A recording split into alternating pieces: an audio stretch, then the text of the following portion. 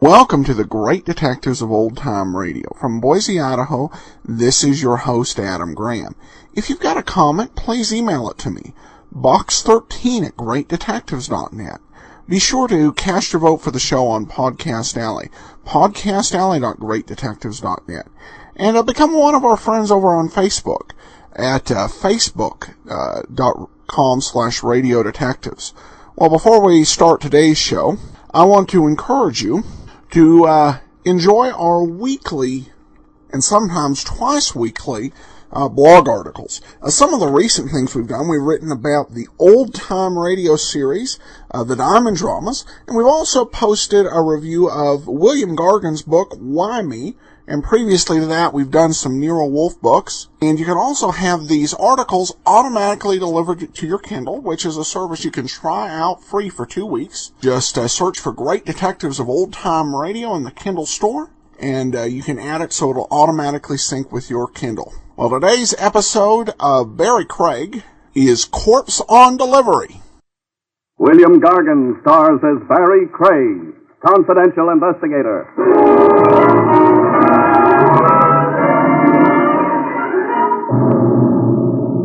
One thing about a corpse you can be sure, folks. Everybody's always trying to palm it off on the next guy.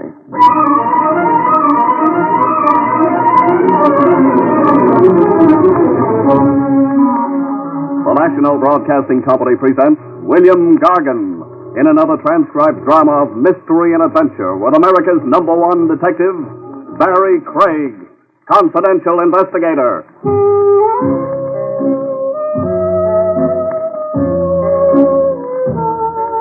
Barrie Craig speaking. A wise man once said a good detective's brain is in his feet. I guess he meant footwork solves more crimes than brain work. Oh, Mr. My aching metatarsal. In my business, you rest your feet every chance you get. Any raised surface. Desks, tables, a friendly lap. Off go your shoes, and up go your feet. On this occasion, I had my feet high off the floor in a tavern, downtown along Bail Bond Row, waiting for a bail bondsman named Soloway. Sam Soloway. We had a date set up. Soloway had poured his troubles out to me on the telephone. A Rogues Gallery pinup boy, Joey Florio, had skipped, leaving Soloway holding the bag for bail bond money. A cash loss big enough to give any bondsman heart failure. $50,000. My feet were asleep when Soloway finally showed. A sad-faced little guy who looked as if he'd like nothing better than a good cry. Mr. Craig? Soloway, pull up a chair. I kept you waiting. Through heartache, stardust, and melancholy baby. Huh? The juice box over there. It's been crying for half an hour. You look mopey, Sam. Mopey? Somebody should have strangled me before I became a bail bondsman. Craig, you've got to catch me a rat. Joey Florio? Joey Florio. He jumped bail, yes, but he's still here in New York. What makes you so sure? One thing, the police have every exit covered. Also, on the grapevine, I was tipped off that Florio stuck around to wind up his business. Close his horse parlors, collect all the cash he can, like a man going away for a long time. Going where? Europe, somewhere. He's going to catch a plane for Europe. Just like that, huh? A fugitive racketeer under indictment breezes into an airport all smiles and climbs aboard a plane. Oh, he has nerve, Joey Florio. It took nerve to become a high muck-a-muck of the rackets. Exactly what do you want of me, Sam? Catch Joey Florio. I'll give you 10% of the bond money you saved me. You're a sucker for hiring me on the side. You've got the whole police department working for you, for free, gratis. I feel safer with one man working for $5,000. Just how do you expect me to cover the airports? I've only got 2 arms and legs. Oh, hire people. Just show me an expense account. Cover the airports and then cover my funeral. Because if I lose $50,000 on account of a rat like Florio, I'm positively going to shoot myself through the head. Hear that song, Sam? Sad, huh? So what? It's my nickel. The song takes me back, Sam. Way back. My first long past. A girl named Gloria. Fine time for reminiscences. Blonde curls down to her shoulders. We had a portable Victrola going in a rowboat on Prospect Park Lake. Moon Dust.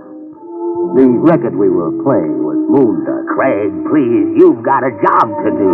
Oh, maybe I should have married her, Sam. Better you remained a bachelor. A shamus in a world of hoodlums. How long can you live? Why take a nice girl and make a widow? Oh, Sam, come off it. You sure loused up a memory for me.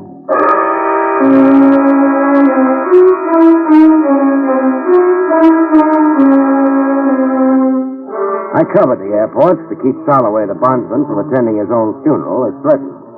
I hired a half a dozen stooges for $10 a day and smoke. You know your stations, men. It's a 24-hour watch, so load your pockets with K rations and carry a change of socks. The guy who comes up with Florio gets a $200 bonus and my love.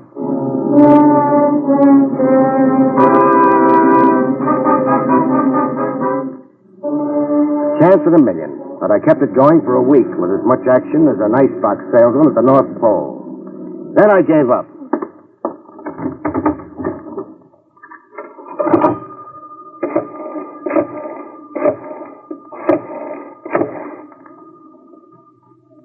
Soloway, this is Barrie Craig. That tip you got on Florio was a dud. I'm canceling out as of now. I'll send you bills. Coaxing's no good. Neither is throwing hysterics. Keep my men squatting in the airport any longer, and they'll start charging us rent. Goodbye now.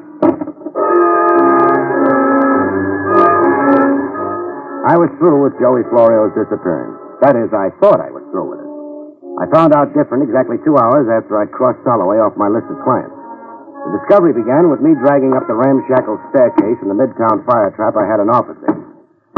I'd about negotiated the walk-up when a scream stopped me dead in my tracks. At the top of the landing, I got a look at the screamer. It was Polly, the old Polish cleaning lady, complete with mop and bucket, staring banjo-eyed at a corpse curled up at her feet. A corpse in a merchant marine getup. It took long minutes for Polly to find her voice. This man... This corpse. He come upstairs and knock at your door, Miss Craig. He knock once, twice. Then the other man... The killer. He sneak up behind And him. stabbed him. Which way did the knife go? Not down, not with me on the staircase. Up! He go up to the roof. Stick around, I'll be right back.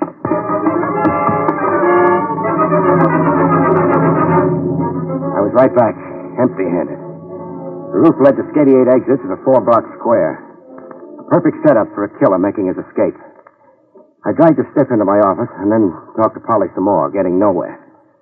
Now tell me, the knifer, what did he look like? Bad. A bad face. I see that face and I know that man no good. Sure. There were character bumps on his face and you read them. But draw me a picture, huh? Height, build, how he was dressed, some identifying marks maybe. Oh, he's short, man. Yeah? And his hat pulled down over his face. I never forget. He stabbed the sailor, then he stabbed him again. And again, and then again, yeah. 4 separate wounds. I've counted them, but give me more description. He's short, man, and his hat over his eyes. I never forget. A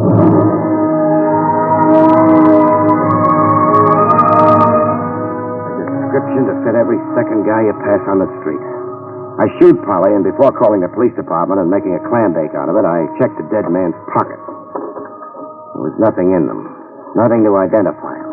Just 3 crumpled dollar bills, some silver, pocket knife, chewing tobacco, a key ring, and a clipping from a newspaper gossip column. Clipping about me. Confidential investigator Barrie Craig, latest recruit in citywide search for Joey Florio. It is rumored that the missing mobster is worth $5,000 to Craig, if he catches him. I was picking my brains over why an unidentified merchant seaman would come see me and get murdered doing it when the phone rang. Craig speaking. I got information for you about Joey Florio. That is, if you're interested. Who am I talking to? General Grant. What kind of a guy? Look, I like knowing who I'm talking to. Then you're not interested in what I have to say. All right, I'm interested. What about Florio? He's at the Freedom Hotel on the Barrie. Making out he's a bum. Whoever said he wasn't. Well, if you was to get over there right away... Why right away? Florio's all set to move on to somewhere else. You really want him, it's gonna be right away. I see. Tell me now, General, sleeping up in that tomb on Riverside Drive like you've been, how'd you know I was interested in finding Joey Florio? It's been in the papers. I read it in the column. And why are you so interested in double-crossing Florio? For a cut in the 5 Gs you're going to collect? Oh? How will I know who to pay a cut to if you don't identify yourself? I'll be around to collect when you catch Florio. Better hop to it on a double. Florio's not going to sit around waiting for you. So on.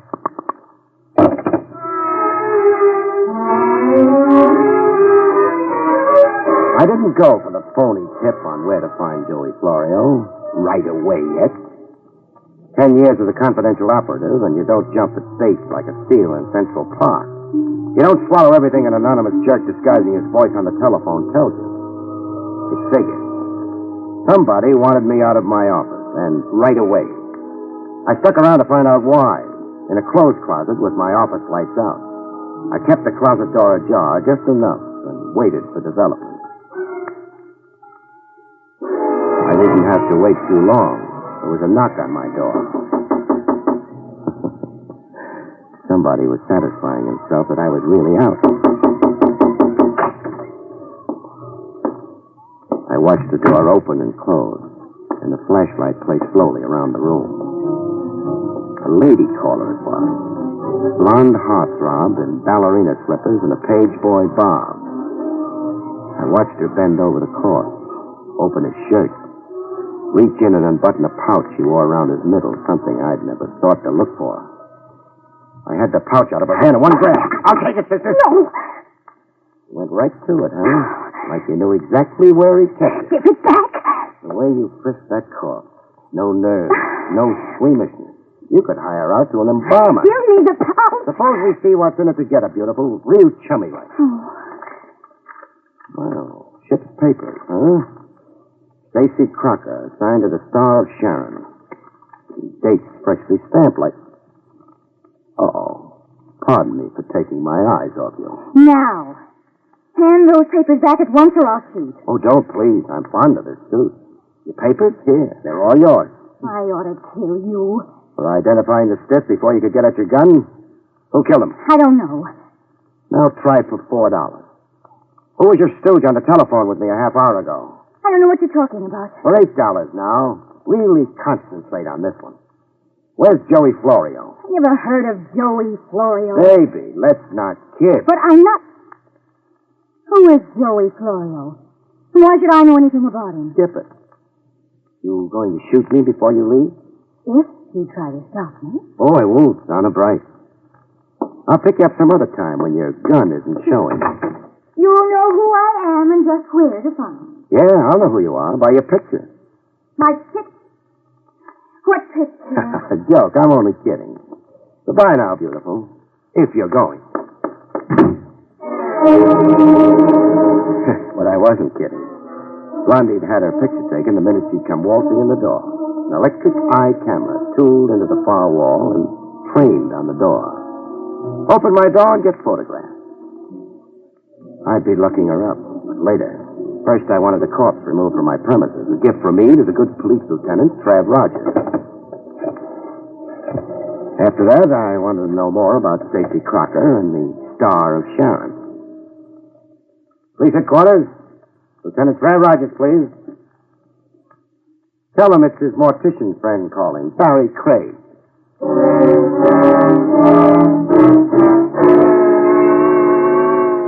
My interview later aboard the Star of Sharon, anchored off Pier 20, was short and sweet. The Captain Jameson was positive that he'd never seen or heard of a Stacy Crocker. I'm sorry, there's nothing I can tell you, Mr. Craig. Nothing whatsoever. Stacy Crocker never shipped on the Star of Sharon, and to the best of my knowledge, was never assigned to this letter. But he had Star of Sharon papers on him, Captain. I saw them with my own eyes only an hour ago. Well, I can't answer for that, except that there's lots of bogus papers around. And lots of bogus talk. What? Lots of bogus talk. Why, you... Try throwing me over the side and we'll both play pollywog in a drink. Thanks for nothing, Captain. Leaving the Star of Sharon on my way to police headquarters, somebody decided it was time to discourage me a little. High-powered rifle shot from somewhere in an empty row of dilapidated buildings along West Street. It breezed close enough to my skull to give me a head cold. I got moving on the double.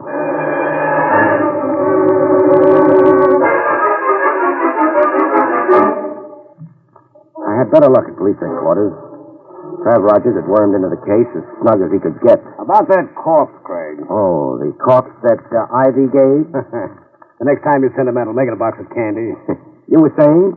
Stacey Crocker was a professional informer. He'd come through with vital information for a fee. Then Crocker came to me with information to sell. I'd say so. Got any idea who murdered him? No, not yet. You mean you're not telling? I mean, I don't know. What about the girl, Trav? Does her picture match anything in police files? I suppose I'm a fool to tell you. Yes, it matches a picture filed with us when she applied for a nightclub hat checker's license. A nightclub hat checker's license? Why the skeptical look? She wore ballerina slippers. You know, capriccios. No heels, low to the floor. So? So I'm a little disillusioned. And a little crazy. I have a license application here. Her name is Myrna Wilson. The address she gave us is the Hotel Mohansick. What's your position in this case, Craig? The usual 100% cooperation with the department. I'm your boy, and I don't cost you a cent. Jolly civic of you. Who brought you into the case? Joey Florio's bail bondsman, Sam Soloway. I was to get 10% of the bond money if I beat the department to Florio. Does the murder of Stacey Crocker and this Myrna Wilson have to do with Joey Florio? If I said yes, I'd only be guessing. Well, I'll have to tear myself away now. Keep in touch, Barrie. Let's not compete. Sure, I'll keep in touch. Any corpse I meet, you get first introduction. Oh, Trav. Yes, Craig. The Star of Sharon. When does she sail? Midnight tonight. I suggest you search her from stem to stern, just in case the disappeared Joey Florio does tie in with the murder of Crocker. And just in case Florio picks the Star of Sharon as his way out. We have searched the Star of Sharon. While you had your feet up on my desk and ordered my office around, I had 20 men go over every inch of the Star of Sharon. Ah, clever man. I'm going to tell a taxpayer about you.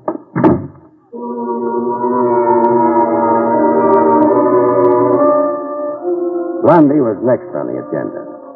A residential dump, the Hotel Mohansick. A lobby full of nice old ladies clacking their dentures. The sedate room clerk tending strictly to business, the business of taking numbers bets. The dump reeked with refinement. If Blondie was surprised to see me, she didn't show it. As a matter of fact, it looked like she'd expected me and prepared for it. Soft lights and sweet music. There were hors d'oeuvres on a tray. Cordial glasses set around a colored decanter. And the smell of incense everywhere in the room. Is the party for me? If you want it to be, Barrie Craig. You're not surprised I came right to you? No. I knew you would somehow, sooner or later. You see, I made inquiries about you. Your reputation. What did my boosters say? That you're a bloodhound on the scent, that you get things done. My ears are blushing pink. What are you softening me up for? I need a friend. A boyfriend? A champion. How about a patsy? No, I wouldn't be fool enough to underestimate you like that. I'm in desperate trouble. You're not kidding. Let's get rid of the musical background, huh? That merchant seaman was very, very dead. I had nothing to do with his murder, I swear. You tried to prevent my identifying him. Yes, but only that. Why only that? Stacey Crocker was an informer. He'd gone to your office to disclose certain confidential information. I already know that. Confidential information involving me. Involving you in what? Robbery. I used my job as hat check girl to play lookout for jewels worn by wealthy patrons. Here, I'll show you. Where? Are they real? Very real. Rings, brooches, tiaras, loot. How did you manage to steal them after scouting them? You don't look like a society Raffles to me. I had a partner. And the lucky sidekick? Tex Kirby. I'm telling you the truth, Mr. Craig. Barrie. Barrie, huh? We're really getting cozy now. But let's hear Kirby's version of it. Here's Kirby's version, but how... But where is Kirby? Watch how I materialize people, beautiful. Okay, Kirby, you can come out of the kitchen now and join the party. You're smart, Greg. I learned to add 2 and 2 a long time ago in night school. I figured Blondie would have a chaperone hidden somewhere in the woodwork when a great lover boy like me came calling. I asked Kirby to be here in case you insisted on questioning him. Sure. Okay, I'm insisting. What about these jewels, Kirby? Well, like Myrna told you, me and her was working in together, stealing them. And you didn't kill Stacy Crocker? No. I only knew he was on his way to tip you off to our racket, so he could cut in on the insurance reward you'd collect. Well, so much for that. Now tell me about Joey Florio. I never met the guy. But you telephoned me Florio was at the Freedom Hotel on the Barrie. I telephoned you? Let's not get cute now, Kirby. Okay, it was me. I wanted to get you out of the way so Myrna here could frisk Crocker. How'd you know Crocker was in my office at all? And in the defunct state he was in? I tailed him to your place. I was downstairs waiting when a cleaning lady came running out into the street to tell the whole neighborhood that somebody had shoved a knife in a merchant sailor upstairs. Smart boy, Kirby. You got all your answers worked out. Oh, it's the truth.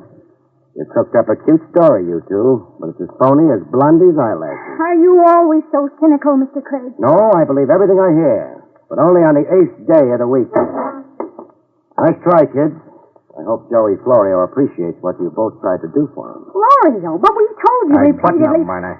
I told you there was no use coming clean with Craig. Clean as last winter's unwashed socks. Do I walk out of here standing up, or do you two connivers have other plans for me?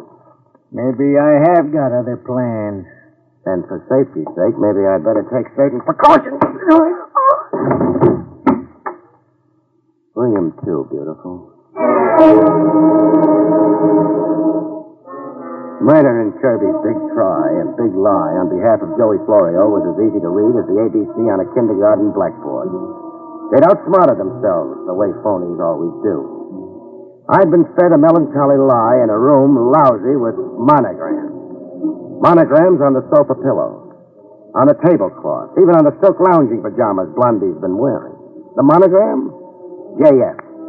JF for Joey Florio. It all boiled down to one simple truth.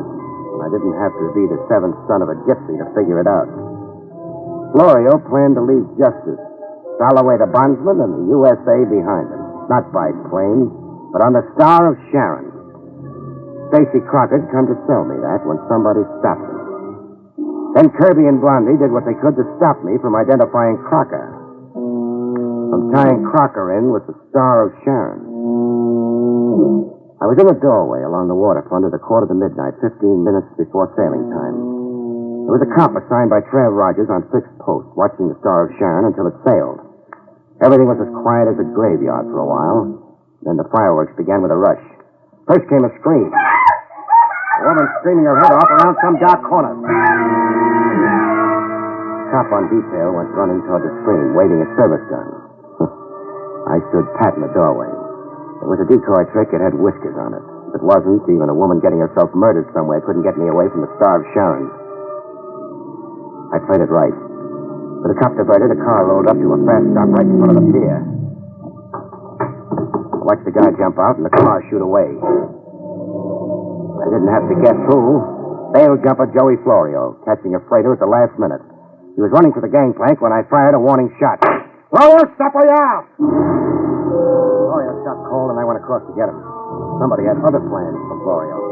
Somebody with a stuttering typewriter.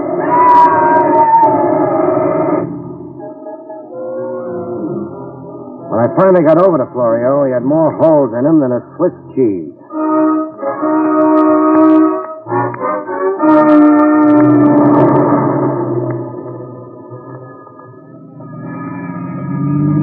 The police took over. The last I saw of Lieutenant Rogers, he was hitching a ride on the morgue wagon. I caught a cab to the home of Sam Holloway, bail bondsman. I had enough for a cruise around the moon and back coming to me, if I could sell a corpse to Sam. Hello, Sam. Greg? This time of night? I never sleep. Too many guns going off. Still want Joey Florio? I still want my $50,000. Is it still 10% for me? Bargain's a bargain. In cash, right away. Right away? Well, Craig, it's after midnight. I know you keep that much cash on you. Guys get themselves in trouble with the law at all hours. I've seen you come running to post cash bond in the middle of the night. Craig, you're a regular fox. All right, cash. Here. $100 bills. Now, what have you got Joey Florio? I turned him over to the morgue wagon. The morgue wagon? Florio was machine gunned to death less than an hour ago. Florio was murdered? Yeah. But he isn't worth crying over, Sam, so dry your tears. But she's worth crying over, Sam. She? That girl in the picture on your desk. Who is she? My daughter, Hannah. Hannah? I know her as a hat-check girl calling herself Myrna Wilson. You didn't really expect to get away with it, did you, Sam? No, I guess not. All I wanted to do was see Joey Florio dead. And you sure did that. I didn't have to be too bright to know that you had some hidden motive in bailing out a bad risk like Joey Florio. I wanted him out of jail, in the open, so I could kill him. So you hired me to lead you to him, before he either got away or the police steal him off from your vengeance. Then you followed me around while I looked for Florio. Yes. He turned my daughter's head. He dishonored me. I wanted to kill him myself. I'm sorry, Sam. Sorry you were fool enough to take the law in your own hands. You want your $5,000 back? Keep it, Craig. You earned it. You're a good investigator. The trouble you're in, you'll need it, Sam. So I'm giving it back. That much money, I get fat and lazy. Besides, I didn't really earn it.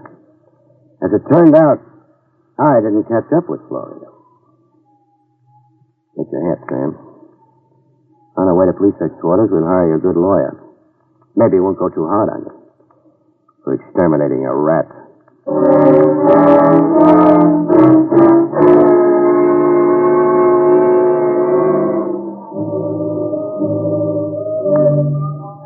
You rest your feet in my business every chance you get.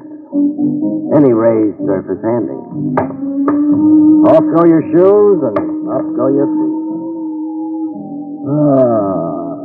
You drowse off, wondering about things.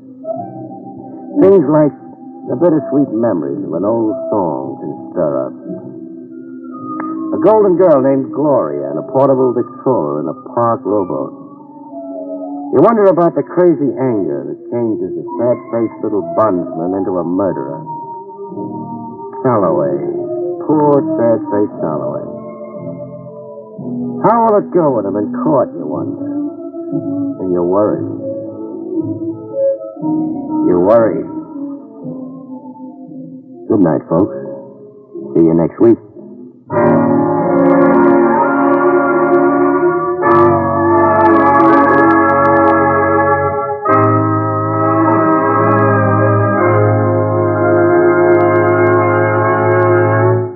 You have been listening to William Gargan in another exciting transcribed mystery drama from the adventures of Barrie Craig, confidential investigator. Tonight's story, Corpse on Delivery, was written by John Robert. Next week, it's the strange story of the borrowed knife, about which Barrie Craig has this to say. One thing about marriage, folks, many are made in heaven, but there are others that are unmade by the forced application of the vow, unto death do us part. See you next week, folks.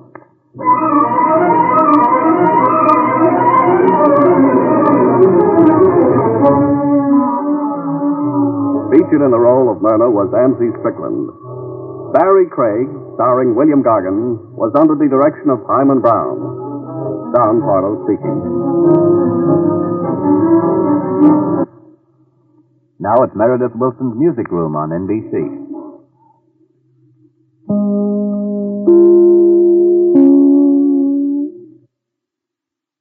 Welcome back. Well, a lot of twists and turns. I actually got confused at the end about the whole thing with the money. It seemed like he was kind of having a struggle with his conscience over taking the bail bondsman's money. First he goes there before he accuses him to make sure he gets the money. And then after he accuses him, he asks if the guy wants the money. The guy tells him no, and then he says, no, you better take the money.